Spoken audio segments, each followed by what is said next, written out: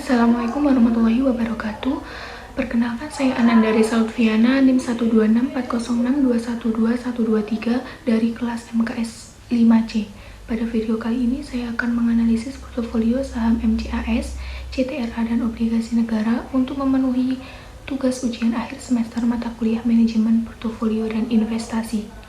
Kita akan membahas tentang analisis instrumen investasi. Sebelumnya kita harus tahu apa sih investasi itu. Investasi merupakan penanaman dana atau aset yang dilakukan secara perorangan atau suatu perusahaan dalam jangka waktu tertentu untuk memperoleh suatu keuntungan yang lebih besar nantinya. Investasi sendiri memiliki banyak instrumen, diantaranya yaitu saham, obligasi, reksadana, dan lain-lain. Nah, untuk video kali ini kita akan membahas tentang saham dan obligasi. Kita akan membahas tentang saham terlebih dahulu. Saham yang terdaftar di Bursa Efek Indonesia sangatlah banyak. Namun pada video kali ini saya akan membahas dua saham, yaitu saham MCAS dan CTRA. Saham merupakan surat yang menjadi bukti seseorang memiliki bagian modal suatu perusahaan. Dengan berinvestasi di saham, seseorang yang memiliki saham memiliki hak atas sebagian aset dari perusahaan. Wujud saham adalah selembar kertas yang dikeluarkan oleh perusahaan dan menyatakan bahwa pemilik kertas yang namanya tercantum di dalam surat tersebut adalah pemilik perusahaan. Keuntungan dalam memilih jenis investasi saham ini adalah tidak diperlukan modal yang sangat besar, bisa diperjualbelikan dengan mudah, serta memiliki potensi mendapatkan keuntungan yang tidak terbatas. Langsung saja yang pertama, saham MCAS. PT MCAS Integrasi Tbk berdiri pada tanggal 1 Juni tahun 2010 dan IPO pada 2017 dengan bisnis distribusi produk digital dan penyediaan platform gaya hidup yang mampu mendistribusikan produk fisik dan digital untuk memudahkan keseharian masyarakat Indonesia dengan mengintegrasikan platform online to offline dan Internet of Things untuk meningkatkan nilai bisnis mitra usaha serta mendukung gaya digital masyarakat Indonesia. Perusahaan ini menawarkan beragam produk digital seperti pulsa, token listrik, pembayaran tagihan, pemesanan etiket, dan juga voucher digital.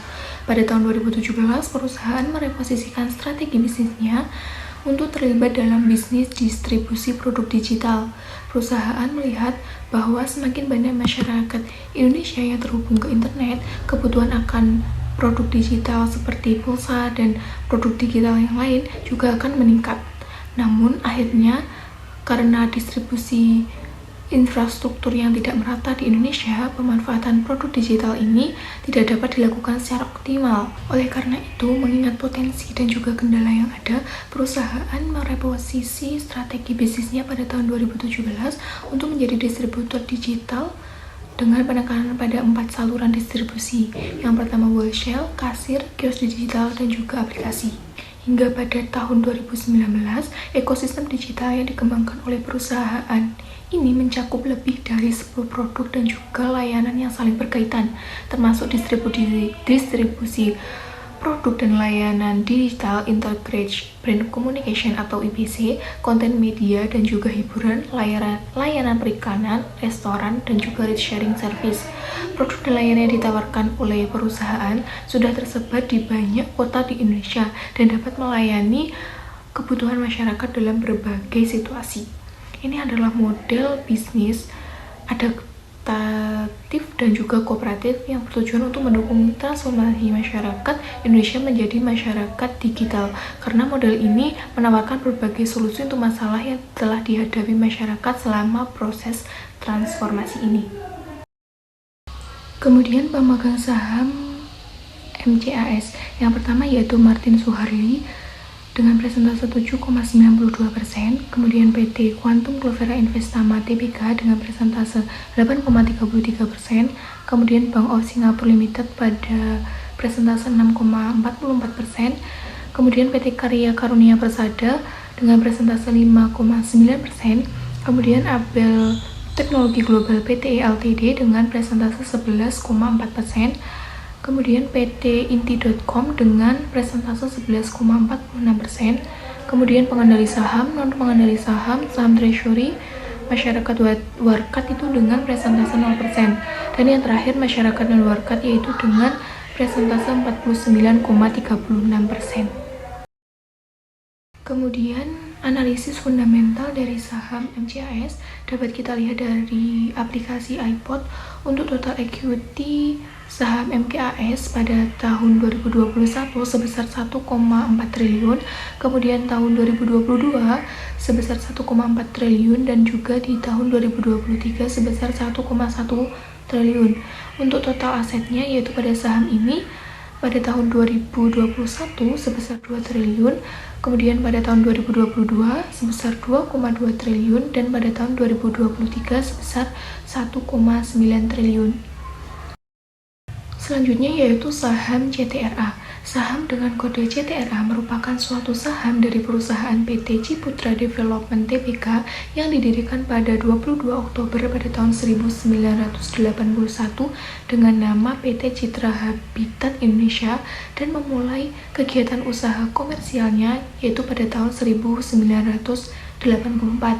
PT Ciputra Development Tbk bergerak dalam bidang pengembangan dan pembangunan gedung, apartemen, perkantoran, pusat perbelanjaan, tempat rekreasi, dan juga fasilitas dan penyediaan layanan terkait dengan perancangan, pengembangan, dan juga pemeliharaan fasilitas perumahan termasuk namun tidak terbatas pada lapangan golf, klub keluarga, dan juga restoran dan rekreasi lainnya yang beserta fasilitasnya.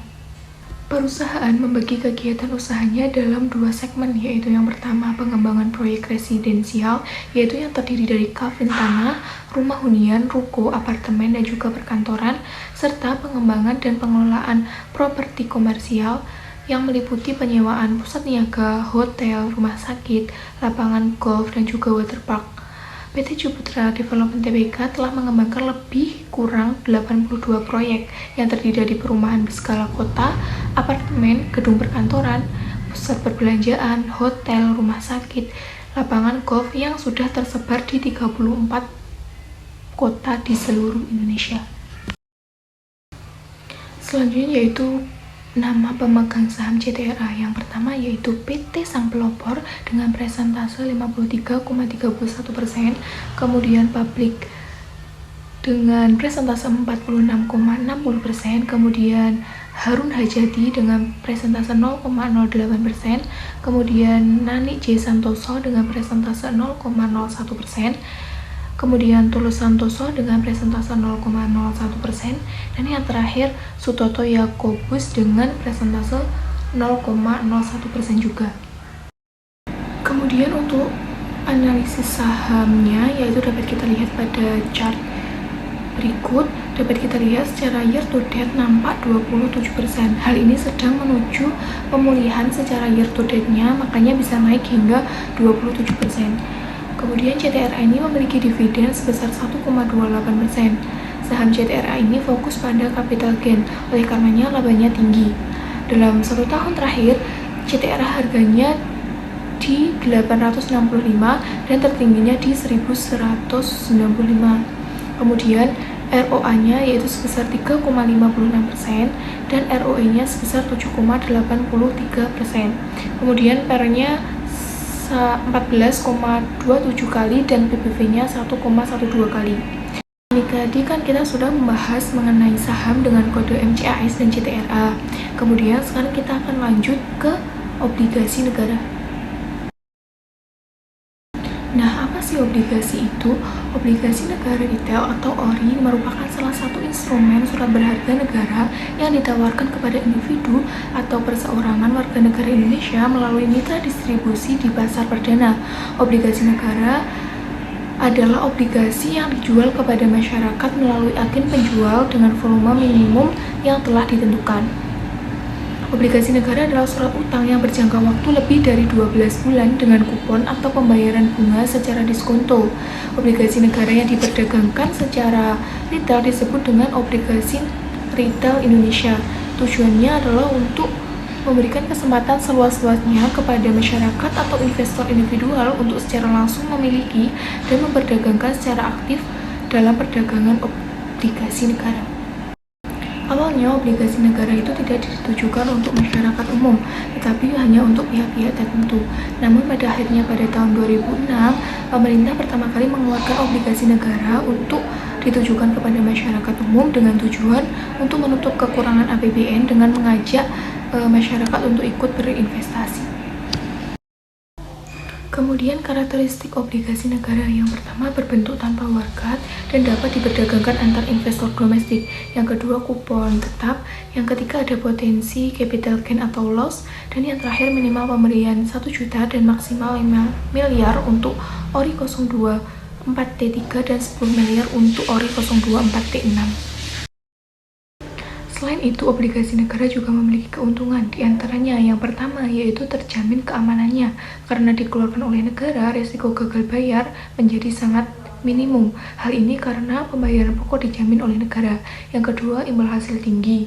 Keuntungan yang didapatkan dari investasi obligasi negara adalah imbal hasil yang diberikan cukup tinggi. Kemudian, pajak rendah. Pajak yang dikenakan pada obligasi negara ini juga terbilang cukup rendah, hanya dikenakan pajak sebesar 10%. Kemudian yang keempat adalah tingkat bunga tetap. Salah satu keuntungan yang membuat obligasi ini menarik adalah tingkat bunga tetap. Dengan memiliki tingkat bunga yang tetap, uang yang diinvestasikan investor akan lebih aman. Kemudian yang terakhir, turut berpartisipasi pada pembangunan nasional. Salah satu tujuannya diterbitkan obligasi ini adalah untuk mengajak masyarakat agar berpartisipasi pada pembangunan. Nah, cukup sekian penjelasan analisis portofolio saham MCAS, CTRA, dan juga obligasi negara dari saya. Mungkin jika ada salah kata saya mohon maaf. Sekian, wassalamualaikum warahmatullahi wabarakatuh.